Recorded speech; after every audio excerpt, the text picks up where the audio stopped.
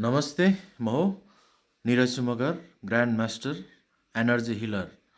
यो भिडियो चाहिँ विशेष जानकारी र तपाईँहरूलाई सचेत गराउनको लागि भनेर बनाइरहेको छ।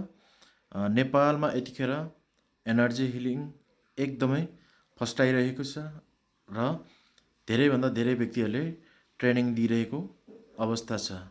त्यसमध्येको एकजना ट्रेनर म स्वयं पनि हो र म के जानकारी गराउँछु तपाईँहरूलाई भन्दाखेरि जति पनि एनर्जी प्र्याक्टिस गर्नको लागि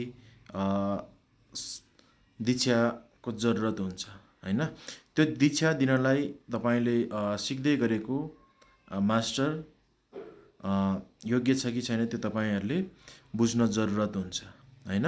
यदि उहाँले दीक्षा दिनको लागि योग्य छैन भने तपाईँले उहाँसँग सिक्नुहुन्छ भने के एनर्जी कसरी दीक्षा दिने, कहाँ राखिदिने, के गर्ने भन्ने कुराहरू उहाँलाई बिल्कुल थाहा हुँदैन। यदि त्यो थाहा नभइकन पनि उहाँले तपाईँलाई दीक्षा दिनुहुन्छ र तपाईँले सिक्नुहुन्छ भने भोलि हिलरहरूमा एकदमै प्रब्लमहरू आउन सक्छ। तपाईँको कुण्डलिनी मा समस्याहरू आउने हैन।